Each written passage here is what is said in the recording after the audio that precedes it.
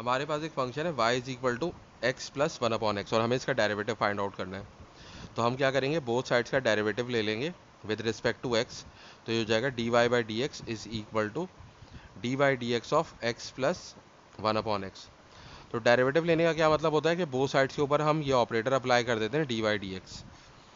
तो अब जो है हमारे पास क्या होगा, ये जो है हमारे पास derivative D by D X ये दोनों टर्म्स के ऊपर अप्लाई होगा। तो ये हो जाएगा D by D x of x plus D by D x of one upon x. तो अब जो है हमें पता है कि x का डेरिवेटिव जो होता है वो वन होता है, तो हम इसकी जगह पे वन लिख देंगे।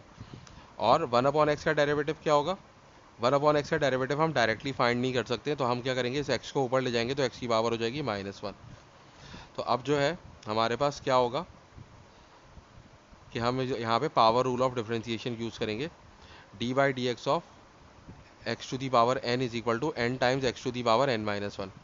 यानी कि अगर x की कोई पावर होती है तो जब हम उसका डेरिवेटिव लेते हैं वो जो पावर है वो कोफिशिएंट बन जाती है और पावर में से वन माइनस हो जाता है। तो यहाँ देखिए x की पावर n है, तो n जो है वो x का कोफिशिएंट बन गया और n में से वन माइनस हो गया।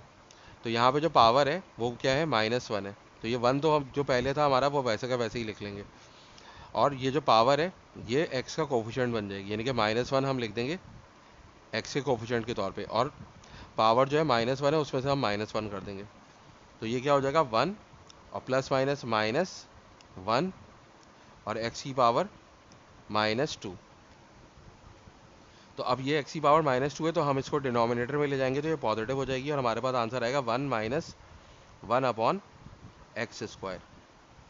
तो ये हमारा आंसर है। और x का डेरिवेटिव जैसे हमने यहाँ पे लिया, x का डेरिवेटिव 1 होता है, ये चीज़ हम डायरेक्टली यूज़ करते हैं। तो बहुत सारे क्वेश्चन में मैं इसको डिस्कस कर चुका हूँ कि x का डेरिवेटिव 1 क्यों होता है। तो हम यहाँ पर इसको यहाँ पे करके भी देख लेते हैं कि अगर x का डेरिवेटिव 1 है, वो सॉरी x की पावर 1 है, तो क्या होगा कि जो है वो ये जो n की जगह पे 1 लिखा हुआ है, तो यहाँ पर भी ये जो 1 है ये x का कोफिशिएंट बन जाएगा और x की पावर हो जाएगा 1 - 1। तो ये 1 ऐसे ही आ जाएगा और x की पावर 0 हो जाएगी, और x की पावर 0 क्या होता है, 1 के बराबर होता है। तो 1 1 ज़ा 1। तो ये चीज़ हम डायरेक्टली यूज़ कर लेते हैं कि x का डेरिवेटिव जो होता है वो 1 होता है। इसको हमें शो करने की ज़रूरत नहीं होती है वर्किंग को।